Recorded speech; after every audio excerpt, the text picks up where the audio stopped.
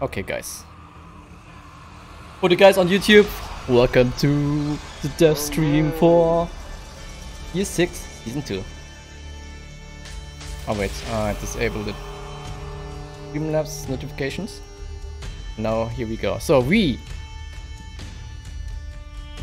have done some theories.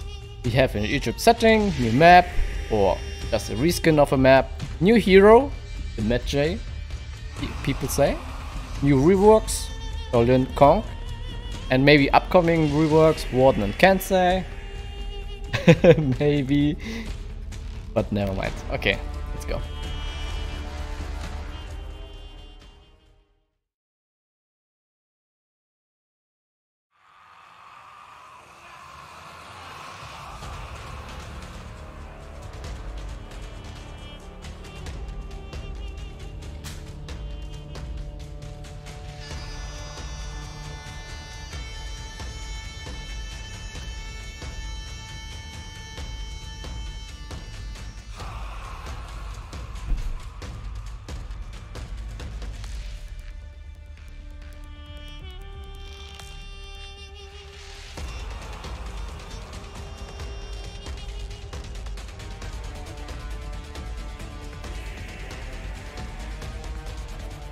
Hello, Warriors, and welcome once more to the Warriors Den. We have got a lot to talk about today, but first off, Year 6, Season 2, Curse of the Scarab, starting on June 16th. Chat's got to be going crazy right now. I'm going crazy internally. I gotta be professional right now. We're doing a show, so I gotta like maintain the composure. But whew. Oh, it's gonna be awesome. I'm so ready for it. But before we get into all of the details, we've got some things dropping on Twitch for you. Josh, do you want to tell us what the Twitch is dropping? I will tell the people what the Twitch is dropping, or we're dropping via Twitch. But make sure that your Ubisoft and your Twitch accounts are linked before, you know, all drops are dropped. So this is what you can be expecting today. So the volume okay for your boys? Of accumulated viewing time, you will receive 1 scavenger crate, and audio a bit up. Sure. That, you have a chance to win 100,000 steel. And if you've been kind of keeping up with what we've been doing this year, we've been doing hero skins. Last season we did one for Warden, the Lord Ramiel. This time we are doing one for Raider, the Bolthorn, the cursed hero skin. It looks utterly amazing. When I saw the key art, I was just like, that's a beefy boy. Like that's actually not bad. So he is a beefy boy. You'll have a chance to win that as well. So keep an eye out on your Twitch notifications. All right, we got a lot of details coming up for you today on Year 6, Season 2. But first, we're really excited to announce that we've been working really hard on a Year 1 to Year 5 lore video with Era DeLupi, who those of you in the lore community may know very well, as well as the artist Menacide, who you hopefully have seen as well. They do a lot of For Honor fan art and whatnot, and very talented. And we really wanted to make this as kind of a like catch up, or like the story so far, like previously on For Honor, so that those of you who maybe don't pay a lot of attention to the lore or have been in and out of the game can just get caught up in like one. And 70 minutes. One go. There's a YouTube video. We worked with Estrella's voice actress on this. She did an amazing job. It was awesome to work with her. And we want to give you guys a little taste of that right now. But stick around after the Warriors Den, because we're going to show you the whole video. So here's just like the first little snippet of it. And then we'll get into Year 6, Season 2 details. Check it out. Watching it. Oh. Acolytes! Oh. Oh no, we're watching it. Today, I watched it. Your new life in the Order begins. But before you are sent on your path, let me remind you of our shared history and of why we fight.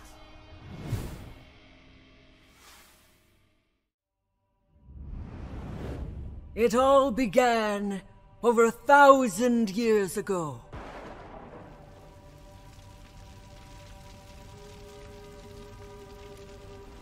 A great cataclysm destroyed the world as people knew it. It was a miracle that anyone survived. 3 factions arrived on the continent, searching for a new beginning. I hope you guys enjoyed that. Like I said, stick around after the show to see the whole video. Okay. It was really awesome. I was about to say, it's 70 minutes and long. Menacide on Not that. 70. But let's get into Year 6, Season 2. And what a better way to do that than with a trailer. So check out the Year 6, Season 2 trailer right here. Okay. Big up. Oh. In a far corner of the world, legends speak of a bracelet passed down from one pharaoh to the next. It was said the bracelet could restore life, erased from history, faded from memory. Now, I have found it. With the bracelet, I bring glory to Valkenheim once more. Valkenheim? Yet in its wake, darkness spreads. What have I unleashed?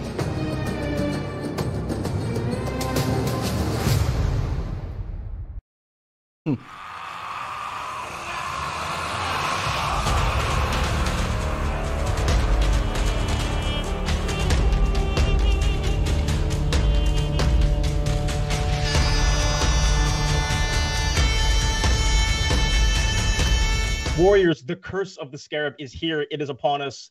Plagues, locusts, frogs. There are frogs. You'll see. Black Panther confirmed? But yes, welcome to Year 6, Season 2. Just imagine the mummy as a playable hero. A lot to get through, and to talk about it, we have a wonderful panel of awesome people from the For Honor team. First up, we have Stefan, as you all know, Ian, as you also know, but we have a new member of the Warriors Den today. Anastasia is joining us for the first time. Anastasia, welcome.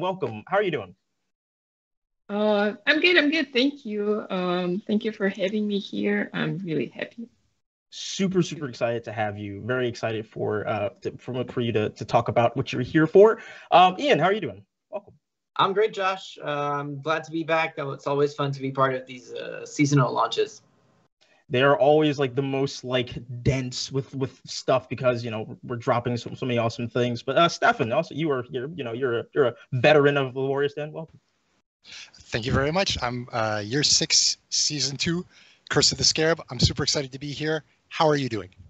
I'm doing great. As I said, we've got a ton to get through. We are kind of doing just the typical what we do for our seasons, bringing up in a TU1 and a TU2. Lots in both. So, Stefan, why don't you go ahead and kick us off to talk about what we can expect in these title updates? Absolutely. Can't wait to talk about the whole rundown. Basically, here in the season, we're going to get to bring you a little bit of Egyptian flavor to the world of For Honor. This is going to be a really exciting season to find out a bit more about the Egyptian culture. We're going to meet an amazing hero later in the season. We're going to start off with a hero skin at the start of the season. That's going to be amazing. There's a super fun event in there, and there's a whole bunch of other great stuff throughout. So I can't wait to really go through the whole rundown. Yeah, absolutely. Yeah, let's do it. Perfect. From the top, let's hit it. Title update 1. We've got a launch event, Justice of the Pharaohs. New hero. The curse no name on it. Of the season will be in full effect. July here. 28th. All your minions, they're going to be dead. They're going to be gone. If you like pure skill in your gameplay, you get to do a clean 4v4 here. It's going to be awesome. Battle Pass features awesome Egyptian content. If you're a fan of Anubis, you are going to be very happy. Hero skin. Everybody's a fan of Anubis, so have to yes, it's mandatory. So enjoy. Hero skin, Bolthorn the Cursed. The rest of the team is going to talk about this a little later on. It's going to be a raider. It looks tremendously awesome. It's super cool. What else we got? Hero skin. I said hero skin. There's so much stuff. I've lost in my list. Testing grounds. Sorry. Yes, thank you. June 30th. So this is the third week of the event, the Justice of the Pharaohs. It's going to overlap a little bit, but that's going to be great. You're going to have more to play. It'll be a gameplay system improvement testing ground focused on allowing you to attack even more safely, especially when you're in a 1v2 situation, which is super dangerous to attack in today. The game designer is going to tell you a little bit more about that later on. and it's going to be awesome. The hints. What? Oh yeah, The hints. but you're going to get all the details later in the show, so don't worry. Title update 2. We've got new armor, new hero. Oh man, we're starting with a new hero. All right. This hero is going to be super fun to play, super fun to watch. I know people are already trying to guess the hero and the weapon. Good luck with them. I predict that no one is going to guess it exactly right because there's a twist that you will not expect. You're coming with all the hints. You're coming through with all the hints today. Maybe I'm sorry, the Viking I'm gonna get, with I'm going to get Egyptian talked to after this, I think, player. for too Knock much. on the But door. sorry. Excuse me. Exactly. Excuse me. This is my guess. No leaking. Sorry. I want you Neck to note beard. here, the next Using heroes Egyptian way. will have one body type, and they will have 2 armor sets. So just bear that in mind. But I think once you get to play this hero, you're going to be happy no matter what. So no sweat. More on this hero as we get closer to title update 2. Other than that, armor variations, these are coming into you too. They're going to be sick. We've got the Covenant Games Horcode Masquerade. This is a recurring event, and it's going to be back and awesome. Battle of the Eclipse throwback event is also going to come back as a throwback. So you're going to have event all through the season to play. It's going to be super cool. And then Hero Fest. If you aren't familiar with the Hero Fest, it's our opportunity to have hero playable, hero available at a discount. You get login rewards for logging in during that time, and we get to release a unique execution for the one hero of that week. So this is a great avenue for us to do awesome stuff there. Okay. Yeah, I love the Hero Fest. We have, as you said, we have quite a few planned, and they're awesome. So very excited for that. But let's talk about Curse of the Scarab. So we are kind of taking a lot of inspiration from Egyptian culture and lore, and we're bringing that into Heathmore. So we're bringing that stuff to where our heroes reside. So let's talk about that. What was the inspiration behind bringing Egypt to Heathmore? So thank you for the question. The great kind of aspect of the Outlanders to us on the team is that it really allows us to explore different cultures from the whole world. We spent a lot of time being very in-depth on knights, Vikings, the Wulin, and samurai. And now we have a chance with the Outlanders to kind of touch on a lot of different cultures. So we want to really start exploring that with the Egyptian culture. Yes, that was if you could go anywhere in the world, see any feats, any amazing stuff, go into catacombs or learn about their history and culture. I think Egypt is at the top of a lot of different people's lists, and so we get to pull that off here. So I can't wait to share that with you. And then kind of one aspect of it with us on For Honor is we really want to be inspired by and deeply respect the cultures we research and bring to the game. And one thing we've always had in mind is that our world is believable, but not purely realistic. Yeah, I mean, authentic is the best word. Knights, Vikings, and samurai probably didn't meet in battle too many times. Yeah. So, guys, the perfect remember accuracy the discussions at the is not beginning possible no matter what. But we want to respect the real cultures and the real history, and then interpret that in the world of For Honor. And here we're going to get to start that off with the Egyptian culture. So can't wait. Yeah, and everything that I have seen and that we're going to see throughout the show, absolutely brilliant. But let's kind of dive into the narrative aspect of Curse of the Scarab and kind of talk about how even like the hero skin bolt on the curse plays into that. So Ian, why don't you go ahead and walk us through the narrative aspect of the season? Yeah, for sure. Let's talk narrative. As Stefan just mentioned, Year 6 Season 2 introduces our next hero skin. This time we unveil the hero skin for the Raider, which introduces us to a character we called Bolthorn the Cursed. Who is Bolthorn? Who is that guy? He is a Viking who's grown tired, honestly, of his people's plights. As we all know, like in the world of Heathmore, there's constant natural disasters, there's ceaseless wars, endless bloodshed. Like it's a tough living in Heathmore. Bullthorn feels like his people need a win. And to do that, well, he ventures outside of Heathmoor, outside of like known territories, and he goes further than anyone's ever gone before, in search of something that hopefully will help his people thrive. And in the deserts far west, he finds what he needs in the ruins of an old Egyptian temple. Now, in the world of For Honor, the Kingdom of Egypt thrived a long time ago. But like so many other things, it was destroyed during the Cataclysm. And now there's nothing but ruins left. And it's while exploring these ruins that Bullthorn briefly crosses paths with, insert italics, a mysterious stranger, nudge, nudge, wink, wink, who tells him all about a magical relic known as the Scarab bracelet. And, well, seeing an opportunity, like his opportunity, what he's been looking for, Bullthorn betrays the stranger's trust, and he steals a bracelet for himself. And he brings it back home, hoping that, you know, he'll be able to do what he set out to do, and which is help his people thrive. But what he does in actuality is trigger a terrible, terrible curse on himself, but also on all of Heathmoor. Yeah. So once again, you'll be able to read Bullthorn's story in the next installment of our Tales from the World of Heathmoor short story series. We did a story for Lord Ramiel back in year 6, season 1.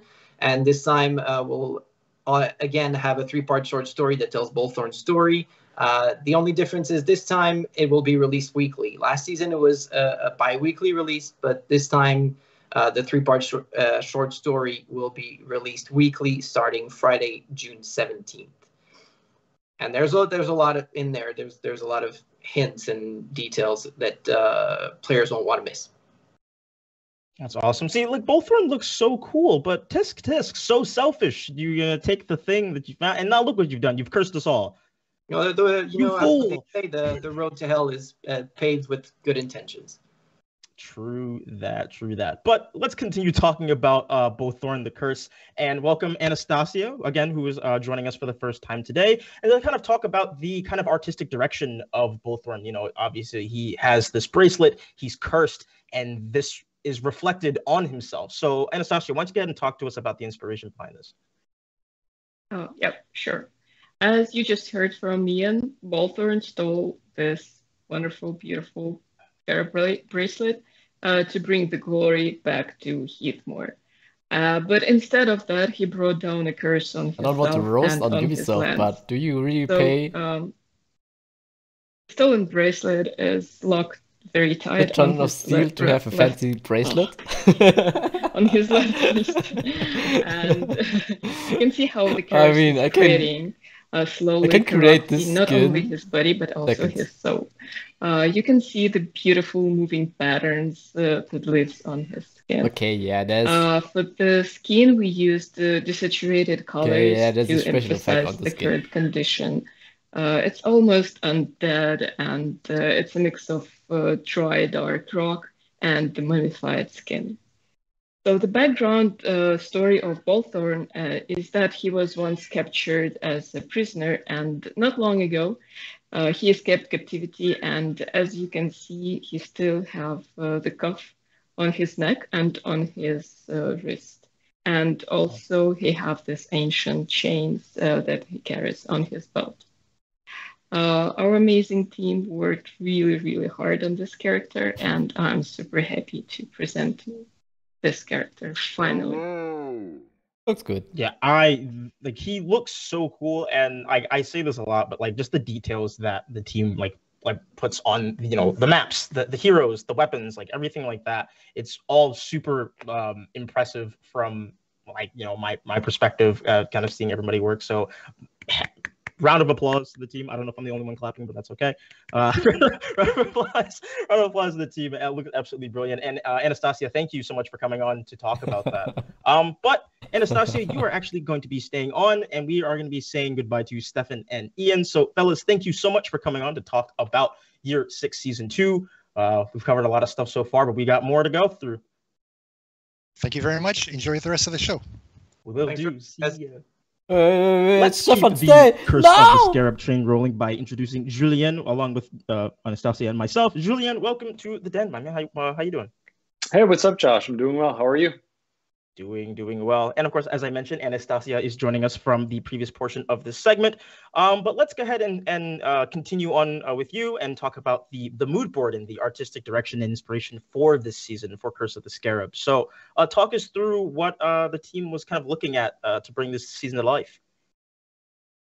Yeah, sure. So this year is the year of Relic. And as you remember, the main theme of our first season of the year was Golden Age. And it was very classic fantasy with elves and wyverns, etc., etc. So in the season 2, players will experience a slightly different type of fantasy. It's Egyptian fantasy. Here we highlighted 3 main themes. It's curse, adventures, and Egyptian.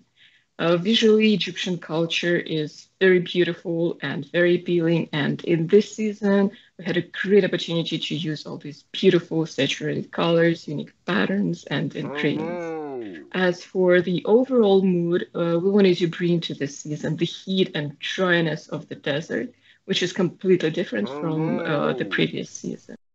To introduce the curse, we used elements like blood water, frog rain, and swarms of locusts. And of course, the Egyptian fantasy wouldn't be full without mummies and pyramids and Egyptian gods. And frogs as well. Frog rain, in fact. Which is always something the frog raid always looks really interesting, and I find it's really funny. But Julien, let's go ahead and talk to you about what we can expect in game. We'll talk about the in-game realization. We've got a new menu, we've got a new face-off, all types of stuff. So let's walk through that and talk about what players can expect when they boot the game up on June 16th. Yeah, sounds good. So from an in-game realization standpoint, Season 22 is all about joining the raider on his adventure. So the theme that the team developed is a testament to journeying to a distant and unknown land, going through a trial and having to choose between friendship or glory and prosperity, and paying the ultimate and unforeseen price for it. Aesthetically, this means that the team has produced or has created a contrast that opposes the beauty and the excitement of adventure with the darker side of betrayal and the consequences that betrayal brings. So in the map, narratively, Riverfort has a tie into the Raider story. It's where he would have first landed on his way back from his adventure, so kind of making it the ground zero for the curse. So it's where the team decided to focus on map-wise. So coming back to the contrast I was mentioning, it was important not to create a gloomy ambiance, which would just lessen the visual impact of the curse elements. This is why in the map we have daytime complemented with rich Egyptian patterns and warm saturated colors. There's looted Egyptian treasures that are peppered across the map, and you might even get a glimpse of the golden scarab relic itself. So all this said, Josh, you're walking around the map, and then it hits you. Frog hits you? Literally, it hits you. Frogs are falling from the heavens, and then you turn around and the seas have turned to red. Crops have gone bad, and our beloved minions have all perished. R.I.P. Poor minions. I wonder. Poor minions. They probably got hit by a frog. Honestly, pretty sure that's exactly what happened. But amphibian rain, it'll do that to you. Amphibian rain. And that doesn't happen anywhere, I don't think, unless there's like a remote part of the world that we have yet to discover that has frog rain. It's just like recycles. I don't know what I'm talking about. But Anastasia, let's go ahead and move on back over to you to talk about the battle pass that we are also launching with Curse of the Scarab. A ton of awesome stuff. We've got mood effects. We've got the Highlander. Signatures, execution, and the execution especially is chef's kiss. So walk us through this. What can we expect in the battle pass this season? So in this season, we wanted to combine this adventurous mood with ancient Egypt and the feeling of danger that Bolton brought into his land. The theme is the curse pervades the entire season. And to emphasize this, in some mood effects, we use dark and vivid colors, glowing patterns and swarms of locusts that are like flying around, and the elements like cursed souls, dust, and sand that swirls around the character are also used in this season to emphasize this cursed thing that we wanted to bring. Also, you see this beautiful Egyptian head replacement, the Anubis, that inspires them. So for the battle outfit design, we used this beautiful saturated and vivid colors and patterns, Egyptian elements like mythological creatures of the Egypt and Egyptian gods. And for ornaments, when we were creating it, we were inspired by traditional Egyptian jewelry. There were used materials like gold, stones, and glazed ceramic, which looks pretty awesome. I love like anything that's Anubis inspired, but this is this execution I was talking about. This is brilliant. I love this. This is the best part. So basically, you are stealing the soul of your defeated enemy and keeping it in the small box. He's gonna keep it for yourself. It's mine now. I'll take that. That's funny. But this the signature here is probably one of my favorite ones, just because again, Egyptian lore, busting out a sarcophagus is kind of like a little symbolic thing, so it looks really cool to have this in the game. Yeah, agree. And for the weapon design, it also was inspired by ancient Egyptian weapons and jewelry. And to make it different from the previous weapons from the previous seasons, we used like the unique patterns and cravings and elements. And in this season, our players will get a lot of beautifully ornated weapons with lots of Egyptian elements like scarabs, mummies, and Egyptian gods. Yeah, and this is all what I can share with you for now. Ooh, for now. No, this is all awesome. I'm super excited for like everyone to get a chance to earn stuff in the battle pass, because again, the Egyptian, I was gonna say it, like Assassin's Creed Origins, my favorite like Assassin's Creed game because of the like the Egyptian lore. So like it's fun to have that in For Honor as well. But Julien, Anastasia, thank you so much for coming on the show to talk about Year 6 Season 2. Julien, you are actually sticking around, but I also want to say thank you to Stefan and Ian, who joined us earlier on in the segment to talk about Curse of the Scarab. But we are going to roll the Battle Pass weapons video right now, so you can check them out and see what you can expect in the Battle Pass. But don't go anywhere, because Julien and I are going to be going over the seasonal event, Justice of the Pharaohs. So we'll be right back.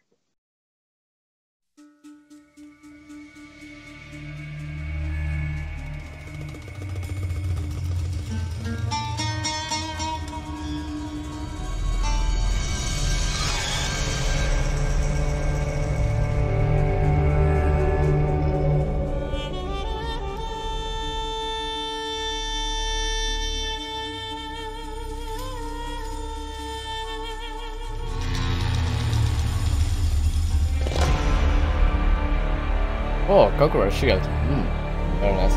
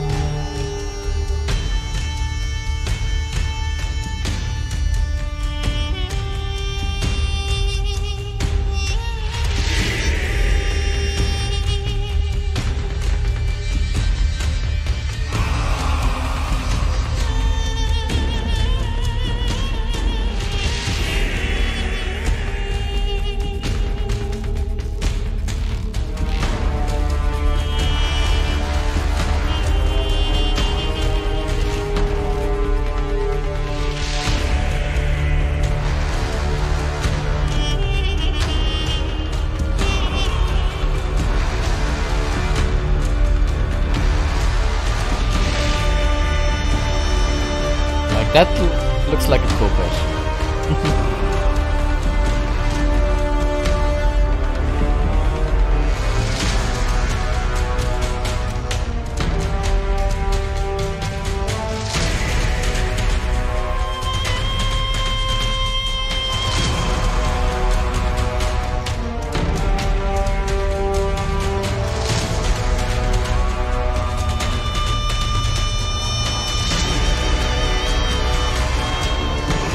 Poor Outlander.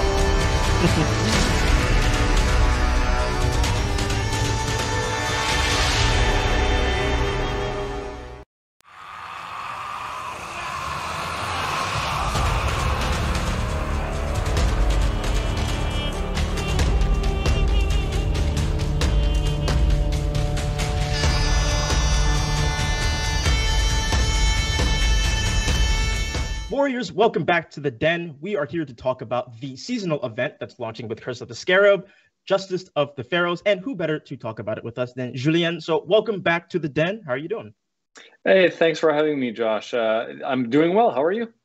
I'm doing pretty good, actually. So the seasonal event will go from June 16th all the way through July 7th. So that is a 3-week period that you will have time to play the event, to earn your rewards in the free event pass, which we will cover later on in the segment. But to start off, Julien, let's go ahead and set the stage for this seasonal event. What is it? What are we doing? Yeah, absolutely. So for the seasonal event, we're going to have a new game mode variation of Dominion with 3 capture points. So the lane and the minions have been replaced by a regular capture point, but otherwise the standard Dominion rules stand. Since Dominion is a greatly appreciated game mode by the community, the team wanted to give it a little twist and turn up a notch, essentially. So the idea is to create a bare bone, slightly more competitive version of Dominion. And transforming the lane into a capture point is really going to shift the dynamic of the game mode.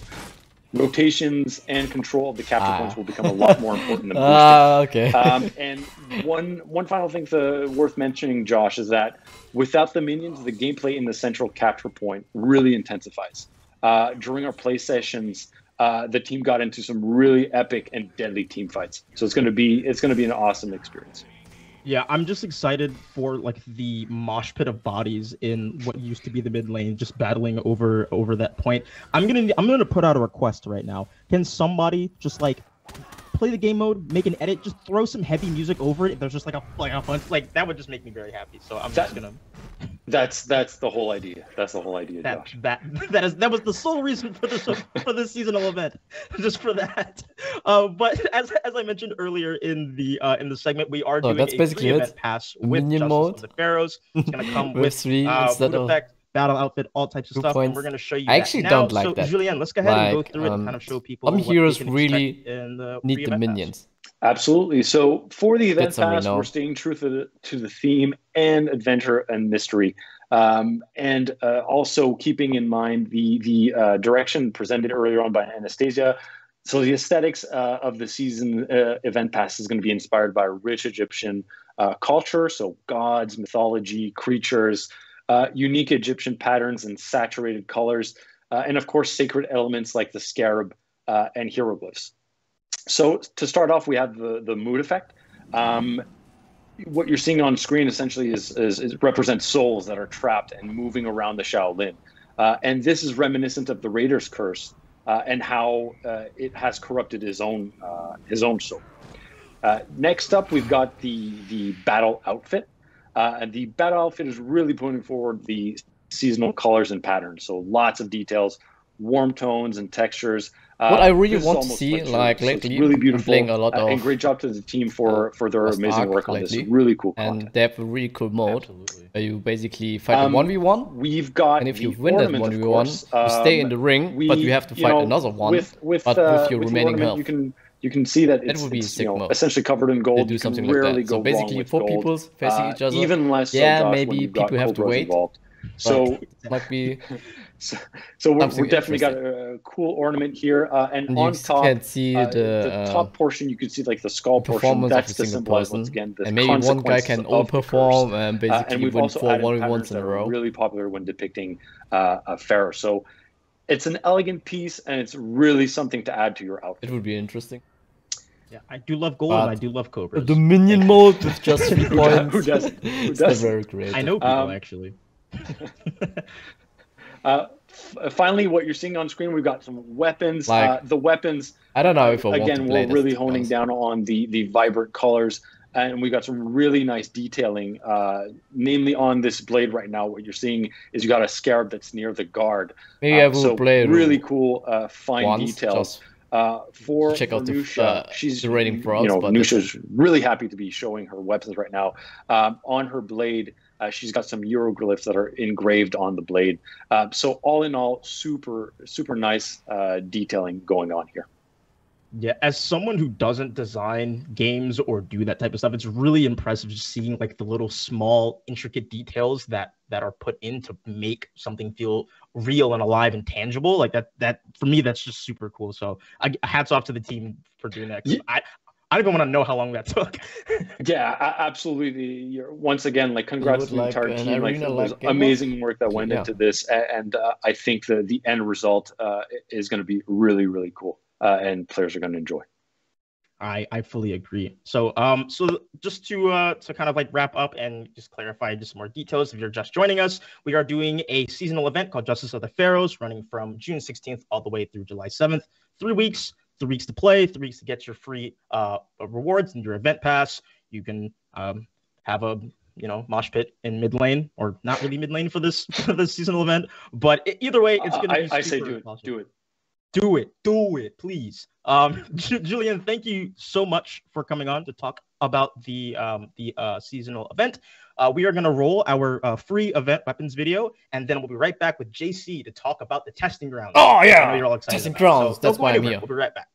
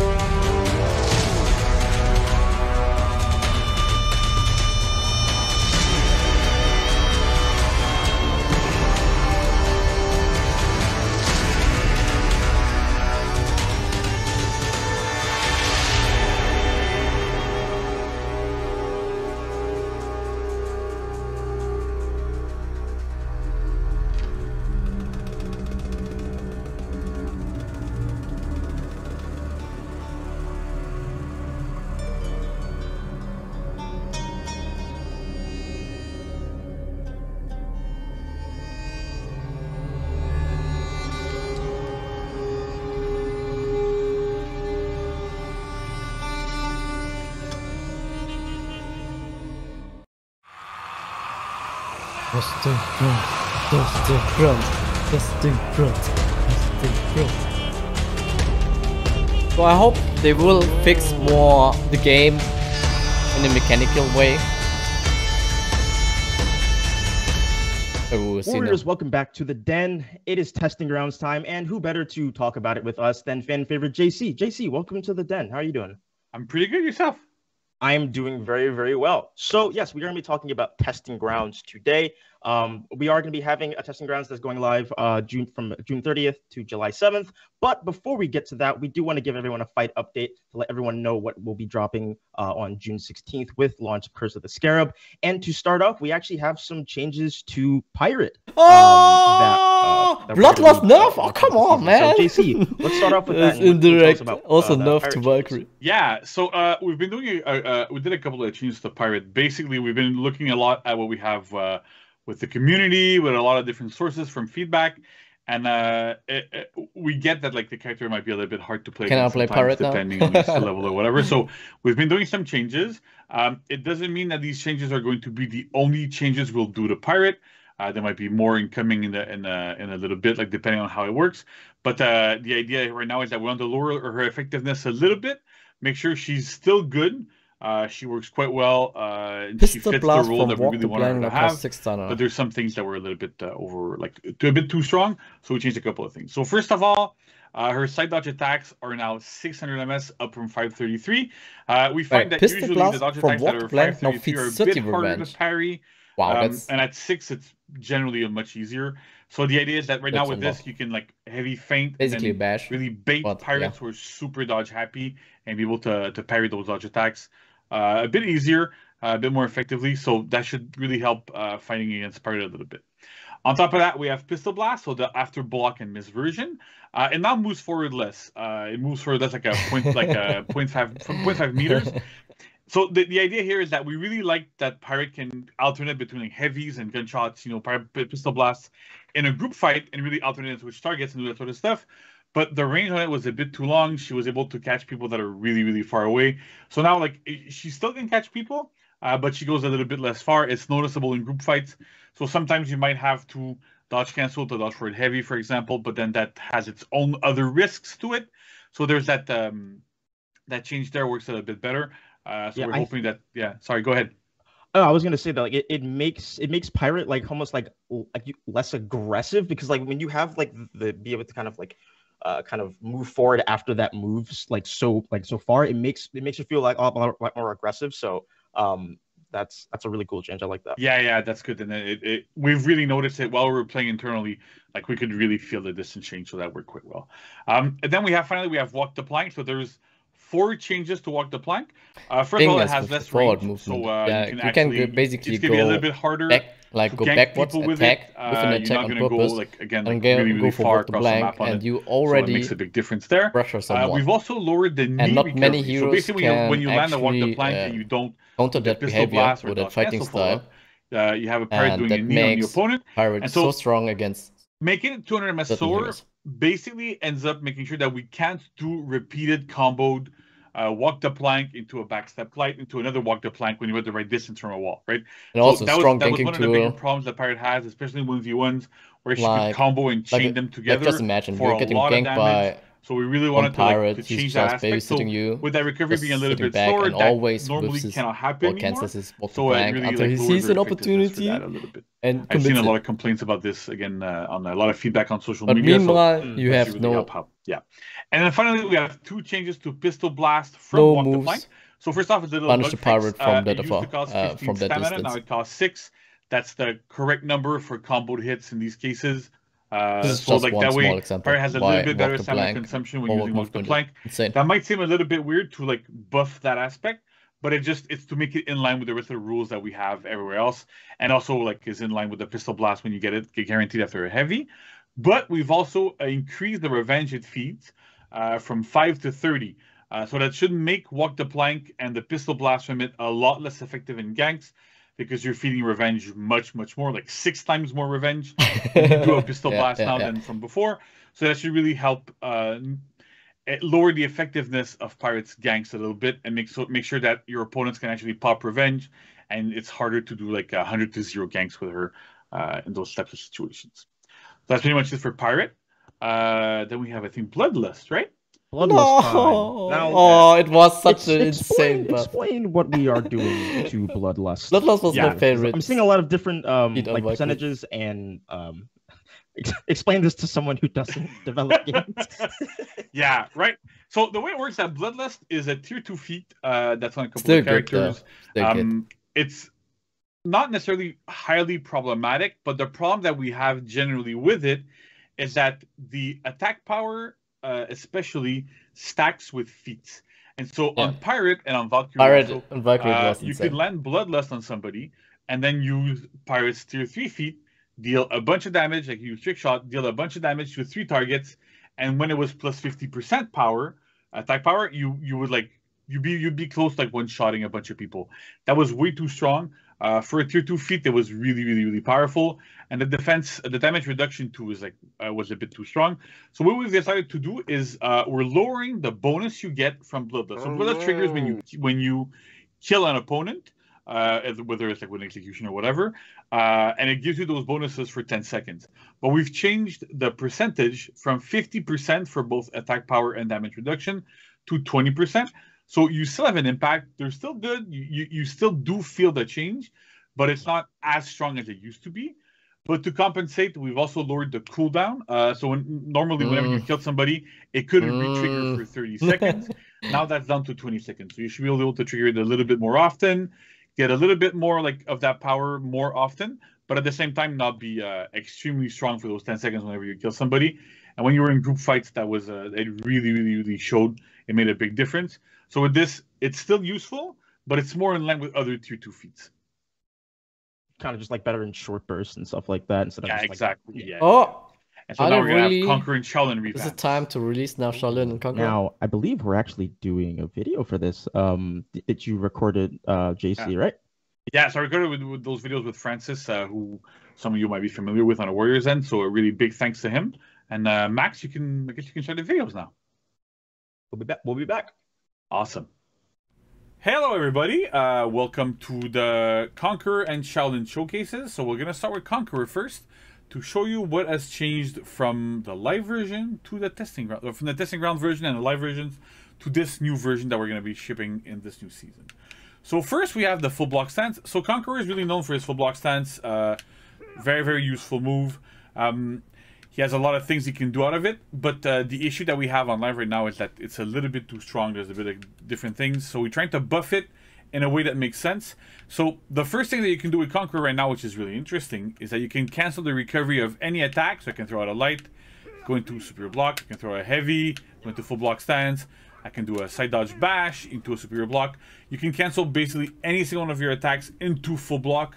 Very well, so that really helps you catch dodge attacks, helps you react to some people. So that should be really, really interesting. The other thing that's kind of interesting is that before, when you used to block attacks in full block stance, you would get your own stamina drained. So right now I can go into full block, and then see I'm blocking attacks, and no stamina drain whatsoever. So that should really, really help Conqueror be more defensive in a lot of situations without sacrificing all of his stamina. Next up, we have 2 new moves. Well, one new and one a little bit new, but rearranged. So we have Flayed Uppercut. So Flayed Uppercut is now performed whenever you do a shield bash. So you can do shield bash with heavy like this. You can do it off a side dodge, no problem. You can also do it when you superior block somebody. So it's good selection there. Or you can do from a top attack as well. I'm going to superior block while I dodge. Like this, right? So this attack deals quite a bit of damage, but the beautiful thing is that it's on heavy input and it can execute. So when you're in a 1v1 situation, you want to use it when you superior block people or you hit them with a shield bash to be able to really deal a little bit more damage and execute at the same time, which is one of the top requests we've had from the testing grounds.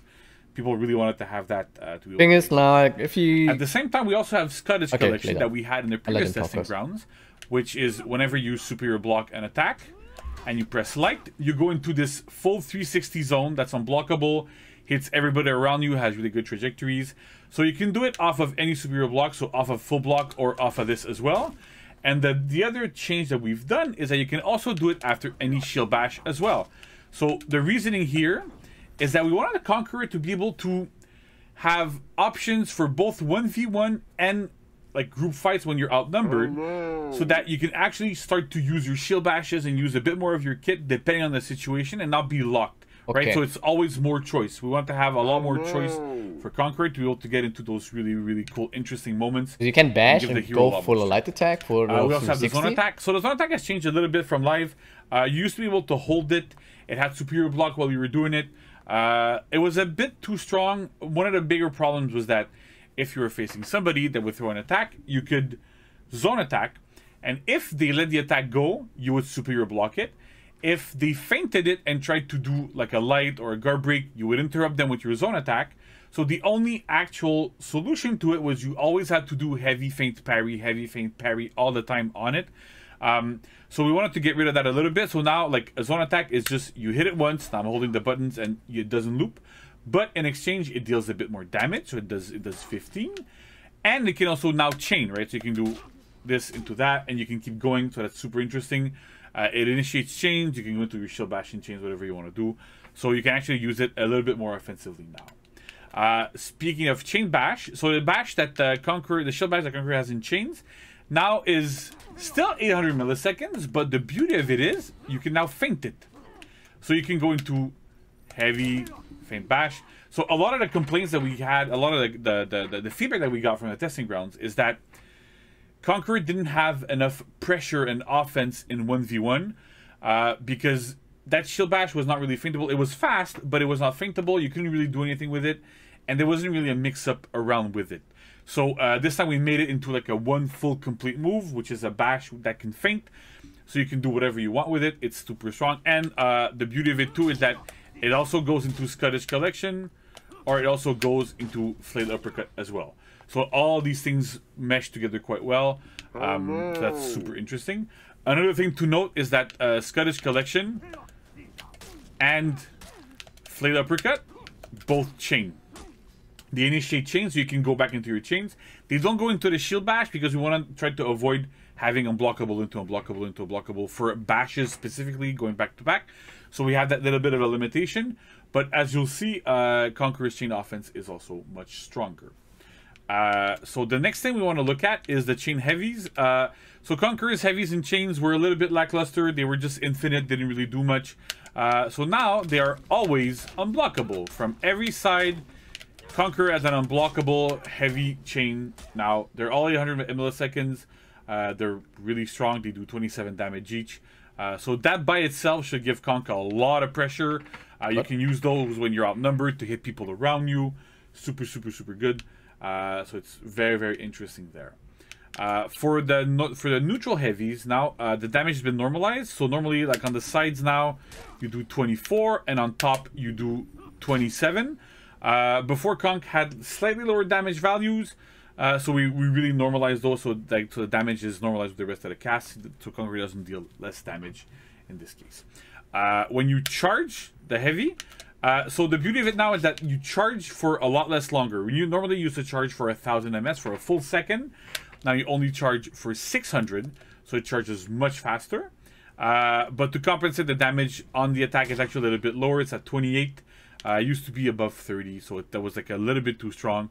So with that around, like a Conqueror can still charge. It's a lot easier to charge. You get into those mix-up a little bit easier. You can like start to initiate from external. I see that might be useful in a team fight. A lot of revenge, so that works really, really well. The other thing that's super interesting too is that Conqueror can now actually feint his heavies. So you can throw a heavy and feint it. It also applies to the heavies and chains. So previously Conk could only really feint his heavies into a superior block, right? So you can go to full block stance. You can still do that, but now you can actually do heavy feint guard break and actually do these things. You can do heavy feint into a parry, into whatever you want to do. Works much, much, much better. So that's quite interesting, and it works really, really well. And the last thing I want to point out is that in the last testing grounds, Conqueror had removed his infinite light chains. We put them back, but we put them back exactly how they were on live, meaning that if you do the same direction, they are still very slow. We wanted to make that change so that Conqueror wasn't really negatively impacted in his minion clear, which was a bit of a problem in the testing grounds.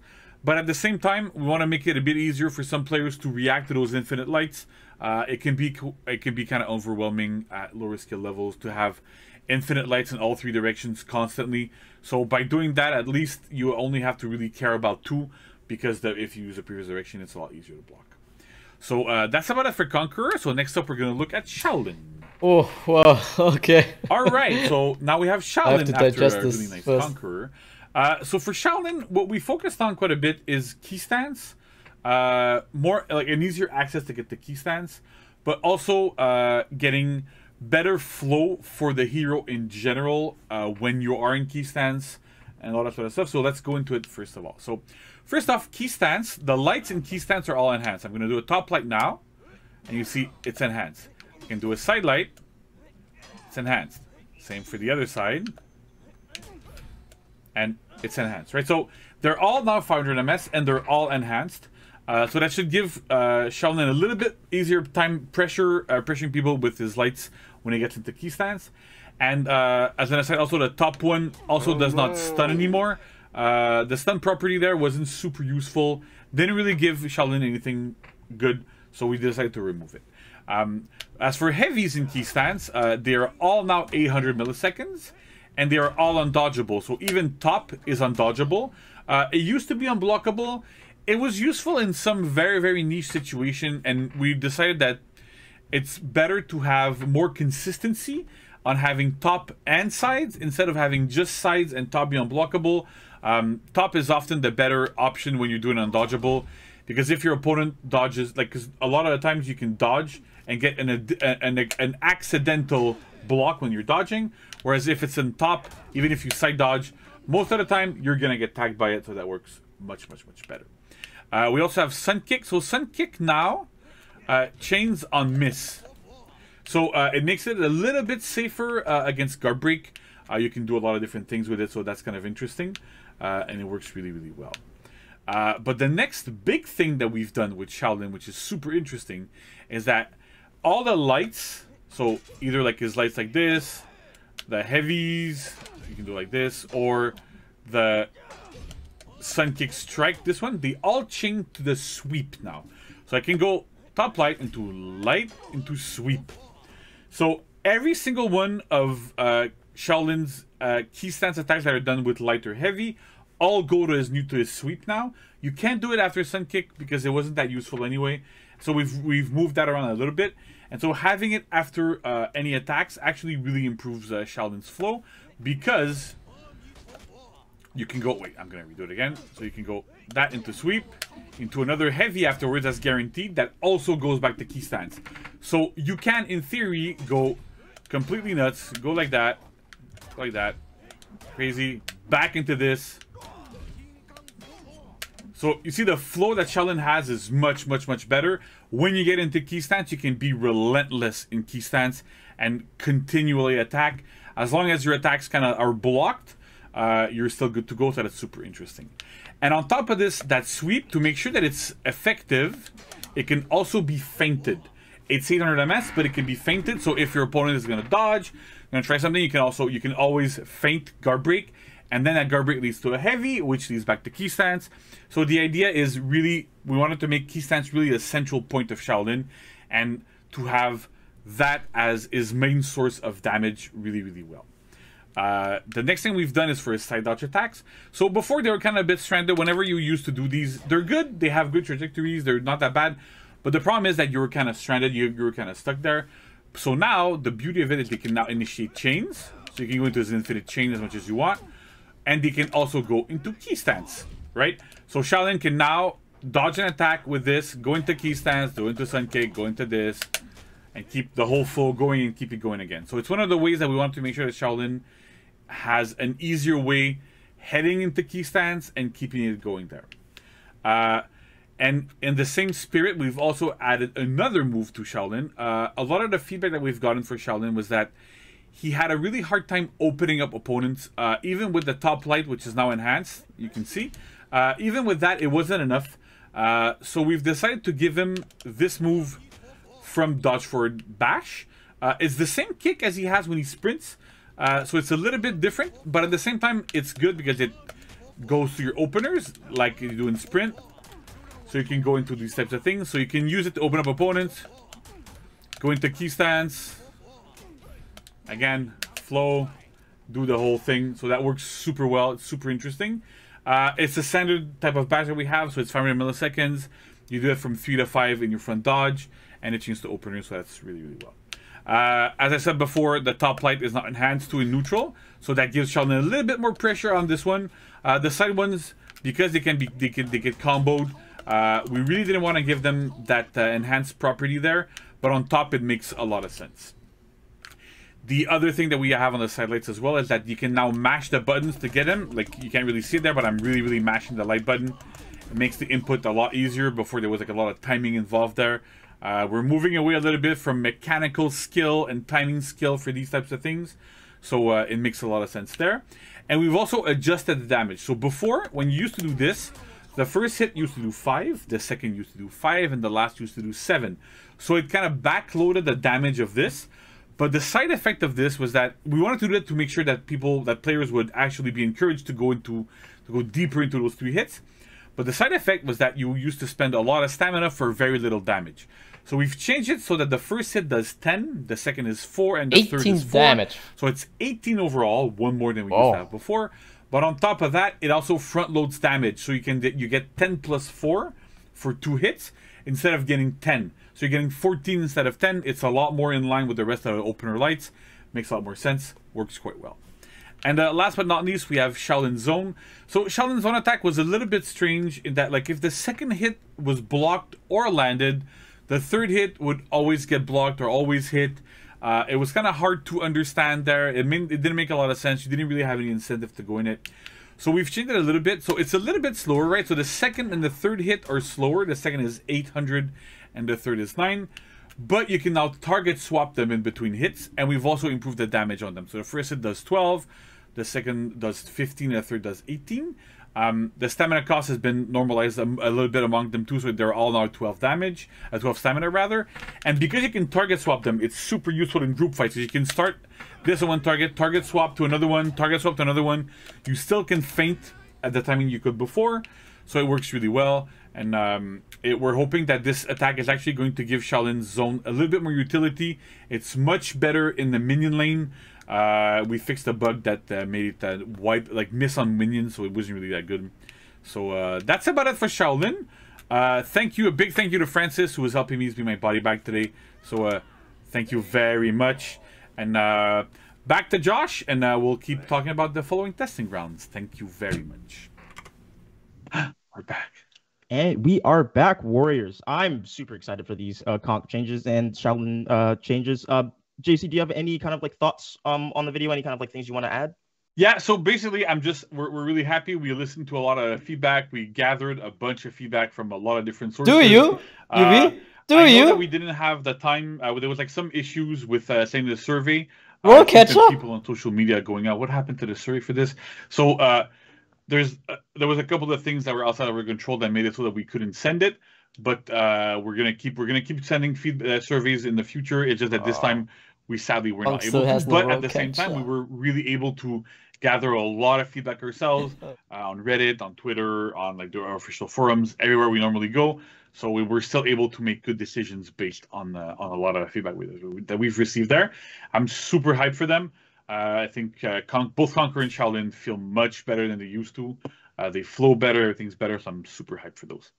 I'm super excited too. When I was playing seriously, Shaolin on the testing after the rework, when the reworks drop and I see a Kong, I will make fun of him. And we'll post it on YouTube and but speaking on Twitter and see, hey, yo, I can run away from a Conqueror, no problem. The next iteration of Testing Ground starting on June 30th, going all the way through July 7th, and as you can see, we're testing guard break. JC, what's going on? Yeah. So this time, instead of doing like specific hero changes, we went with a more system-wide change. Yeah, please. That we want to test. Fix the mechanics. And so I'll give you a bit of history on how, why we're picking this and where we're going.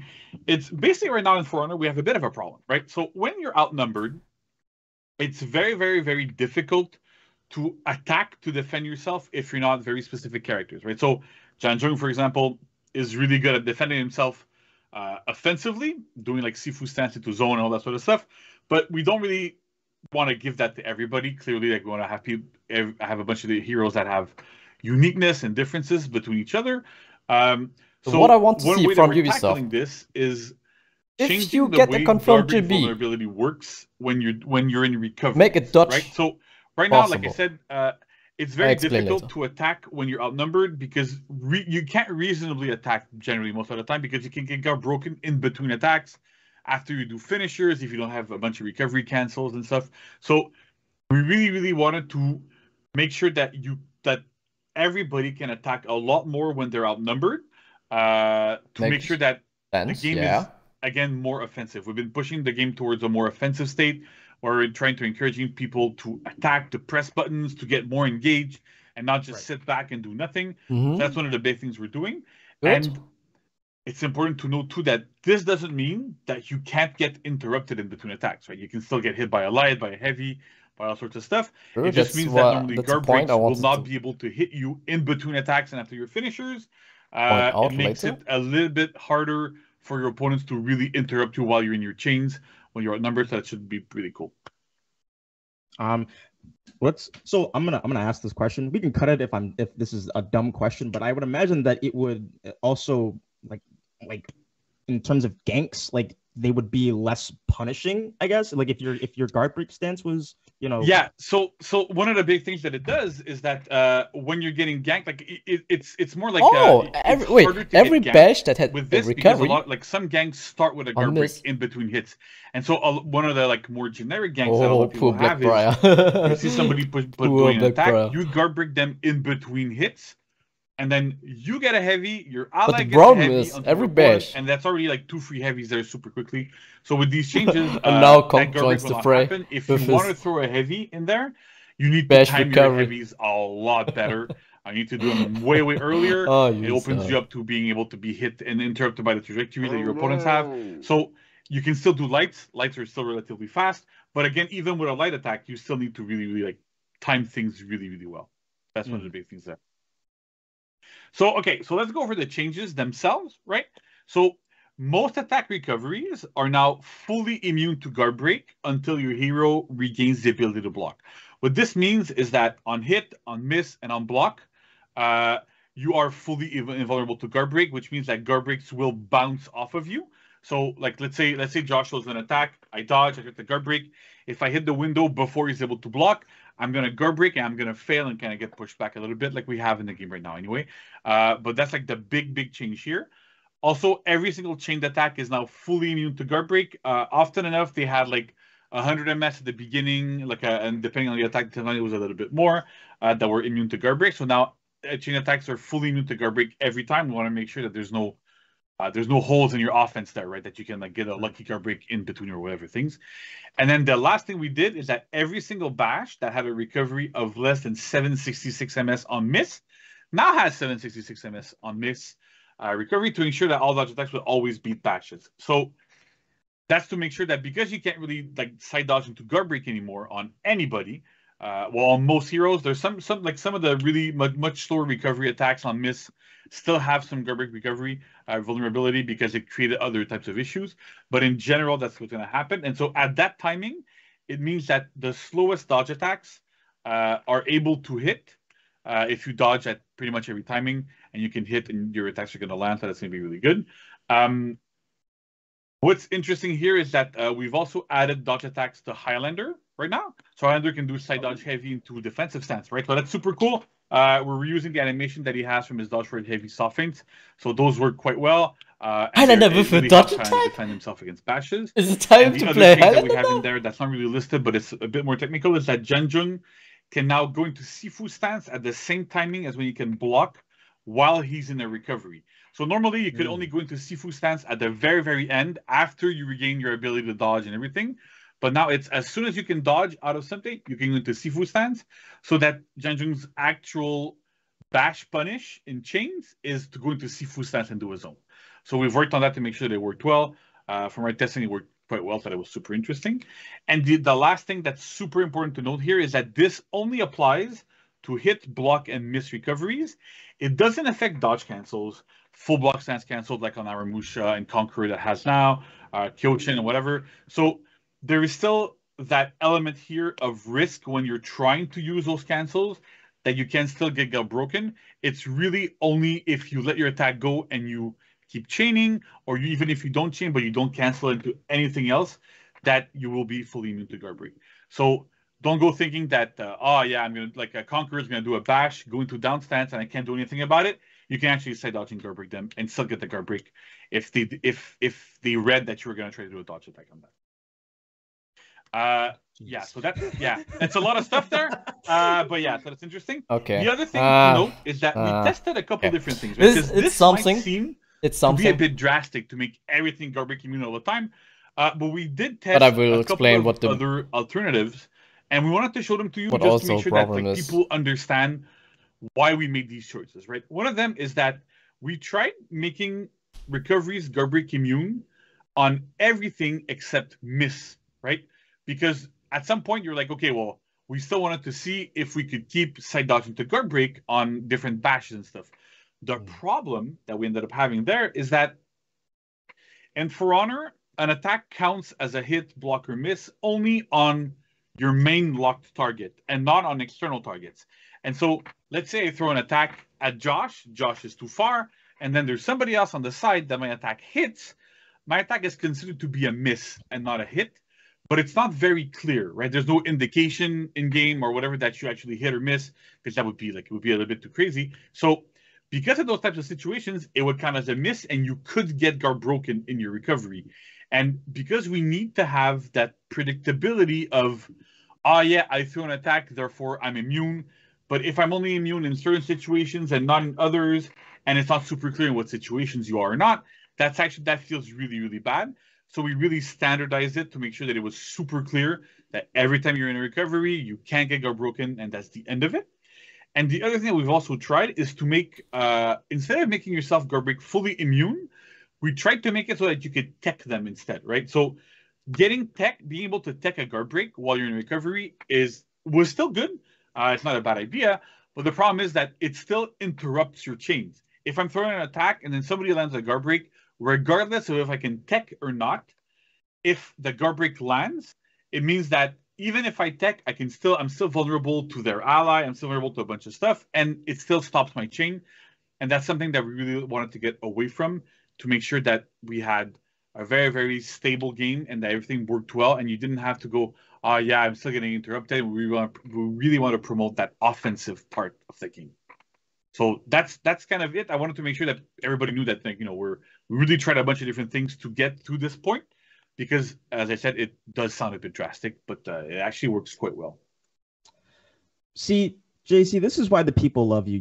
You come on here with all of your knowledge, you drop it, and we're all now a little bit wiser about the game for it. Like, I actually feel like whenever you come on and anyone on the fight team comes on, I feel like I learn more about the game, just like the technical side, because there's a lot that goes into the behind the scenes, So thank you for going through all of that. It was awesome. Yeah, you're welcome, and I hope our viewers appreciate that as well. I think it's a big part of our job to be able to communicate not only the changes we're doing, but why we're doing them as well, and really get into the nitty-gritty of it.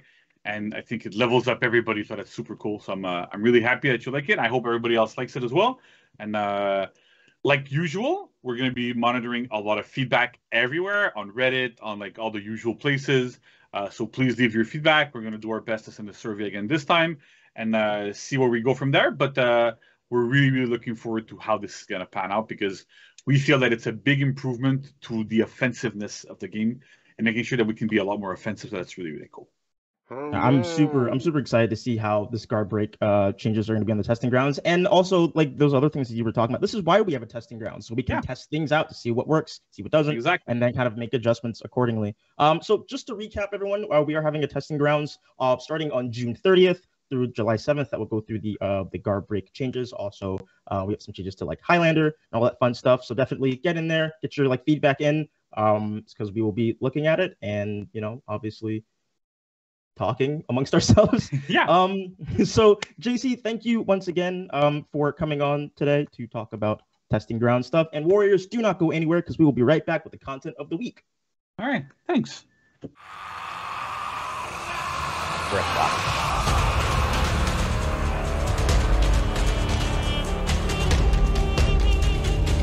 Okay, guys. I will do an analysis, or I try to explain what a show, what's everybody. going on in next We want to thank season. all of our guests who joined us on the Warriors Den today, and we hope and you guys Ubisoft are excited has as we really are to address. for Year Like, 6, Season 2, Curse of the Scarab, starting on June 16th. Keep in mind, along with season launch, we're going to get that event, Justice of the Pharaohs, which will be live June 16th through July 7th.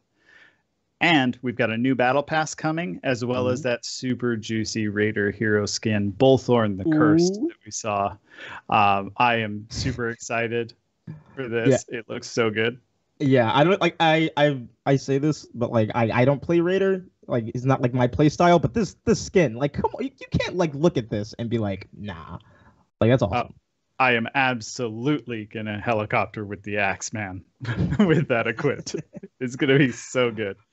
And don't forget, we've got a new testing ground starting on June 30th, which will also go through July 7th. And let us not forget, everybody, stick around after the Warriors Den today so that we could check out the story so far for Honor Lore video, Year 1 through Year 5. It was so awesome to work with not only Era DeLupi and Menacide, but also Patricia Somerset, Estrella's voice actress, on that. It's all around just an awesome project, and we're really excited to show it to you guys. But before we get to that, we've got some content of the week. So Josh, what can players look forward to?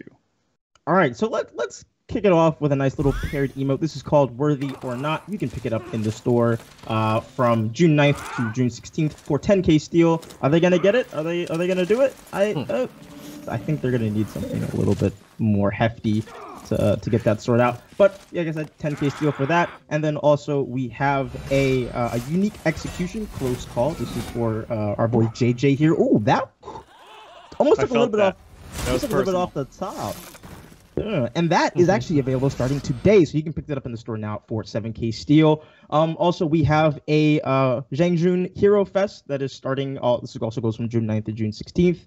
You'll be able to try the hero out for free if you don't have them, and then once you get your play in and you want to pick them up, you can just 33% off. Look at us looking out for you with the sales and stuff. You can log in, get 2 free symbols, and then also again the close call execution, you can pick that up for 7k steel, and that's available until June 9th. So get your steel pockets ready. Also, we have a Slayer challenge. Be the faction with the most takedowns performed. This goes until June 13th. And we also have an arcade quest, the March of the Jormungandr. This is available for Marching Fire owners. This rocks until June 16th. So you can do your Yorm things and your weekly quest things and your content of the week. There you go. There it is. Nice. It was what a great show, right? There's so much stuff coming. I'm excited for it. Again, thank you to all of our guests today, for all the devs who showed up, to my number one quirked up white boy JC. And I hope that everyone's as hype as we are for the upcoming Year 6 Season 2 to start. So thank you everyone for tuning in. Don't forget to follow the channel and follow us on @ForHonorGame on Twitter and @ForHonorGame_US on Instagram, where we post all the best memes.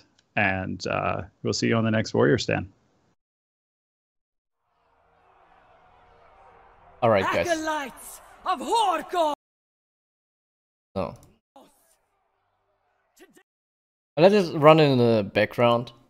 But because you can't see that anyways on the official Ubisoft YouTube channel. But here's the thing, like we have really insane Conqueror reworks. I would say Shaolin reworks looks really good. And I was also hoping they would nerf some feats of him. Shaolin reworks good.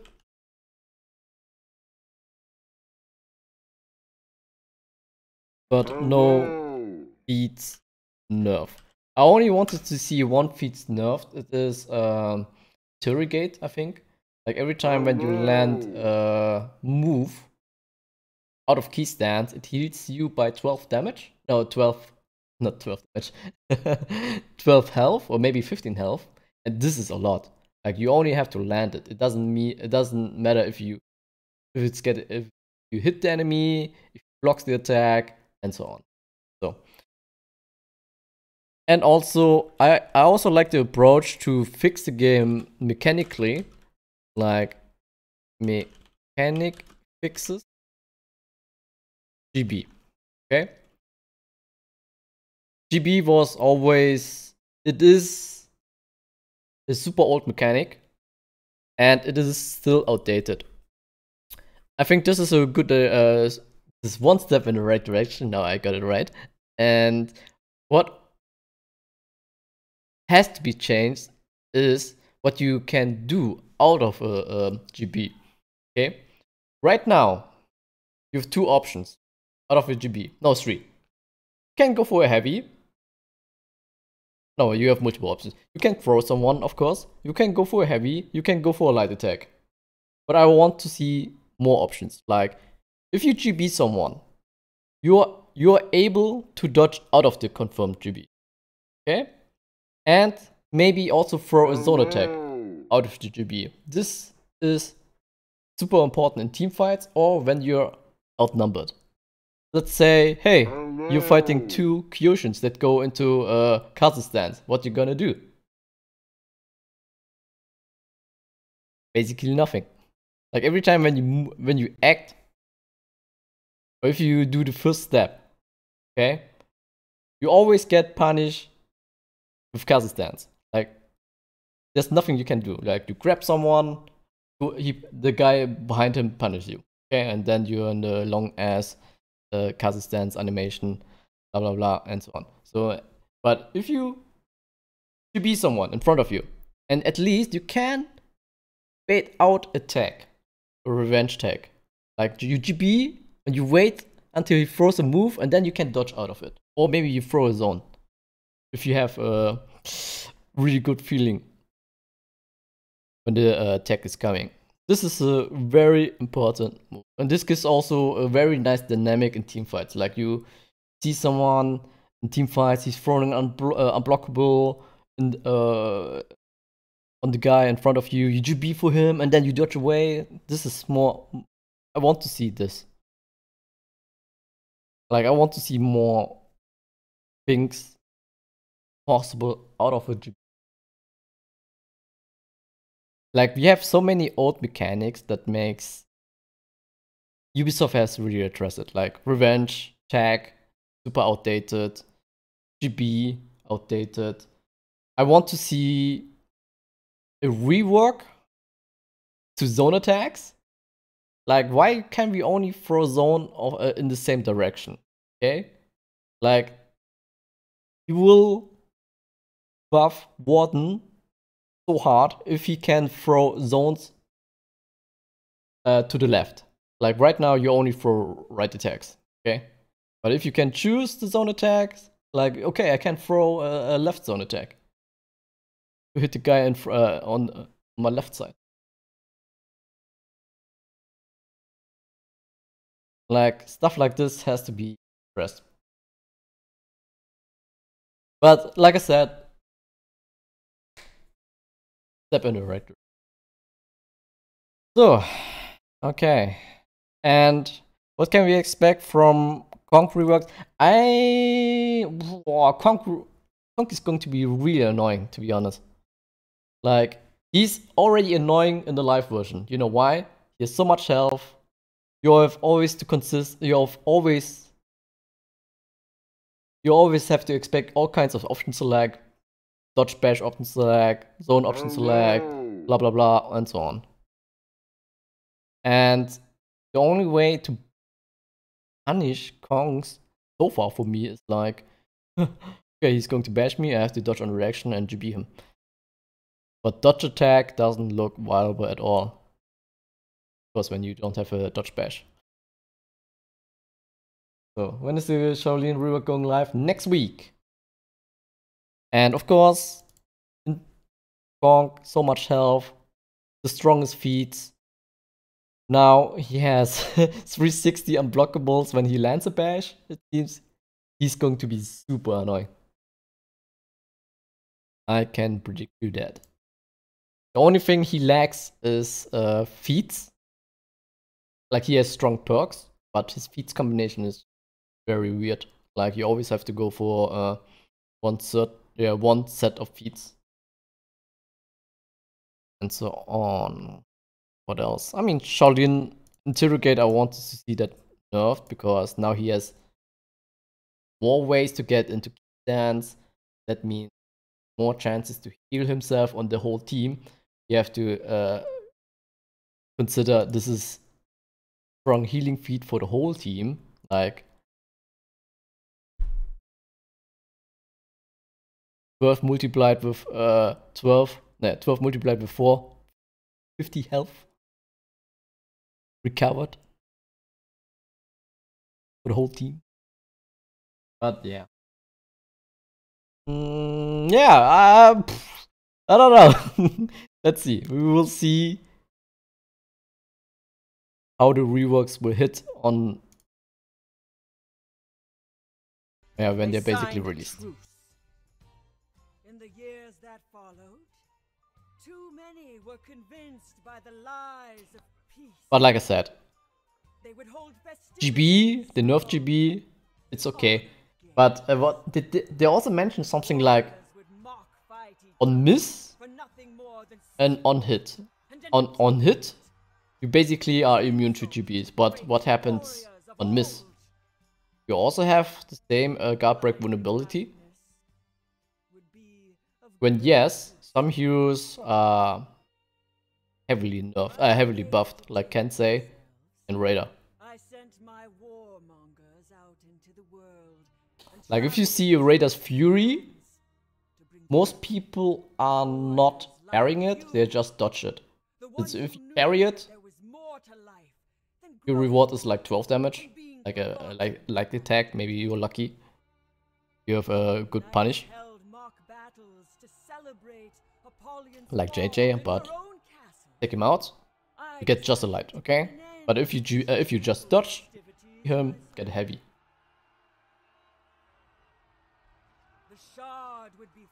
So I didn't pay attention what happened on miss.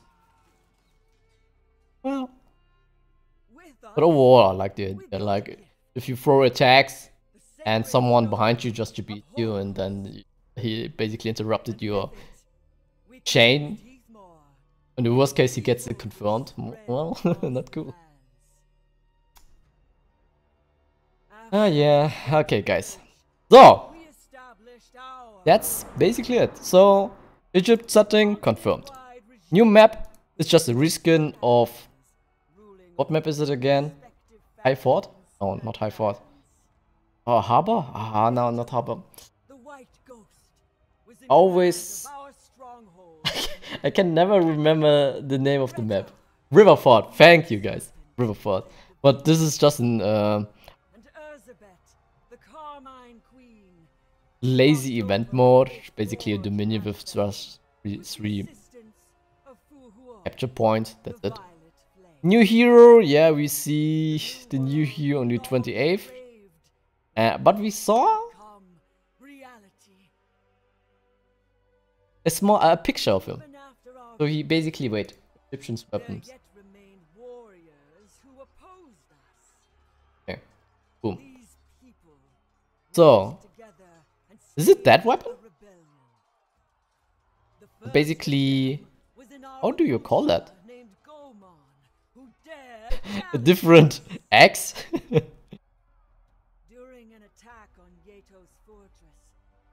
Just a very interesting looking axe.